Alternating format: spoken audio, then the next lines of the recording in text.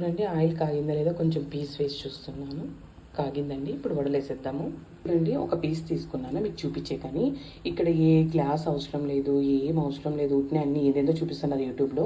ఇలాగ సింపుల్గా ఇలాగ తీసుకున్న తర్వాత ఇందులో చిన్నగా వదలండి. ఇలా వేసేసుకోవాలన్నమాట అన్ని పీసెస్. చూడండి ఎంత బాగా పిండి పట్టిందో దీనికి. కొంతమంది గ్లాస్లో ఏదేదో చేస్తున్నారు, బట్ అలా అవసరం ఏం లేదు.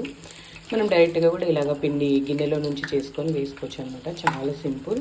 ఇది కొంచెం రెడ్డిష్ అవ్వాలండి, అప్పుడు కాలిపోతాయి అనమాట. చూడండి రెడ్గా అయిపోయినాయి.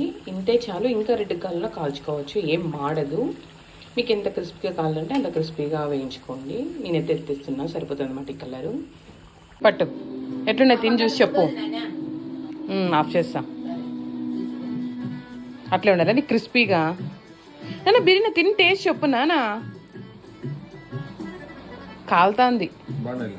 మా నాన్నకు కూడా నచ్చినాయండి. ఇంతే సింపుల్ అనమాట బజ్జీ చేయడము. ఒకసారి ట్రై చేయండి, బాగా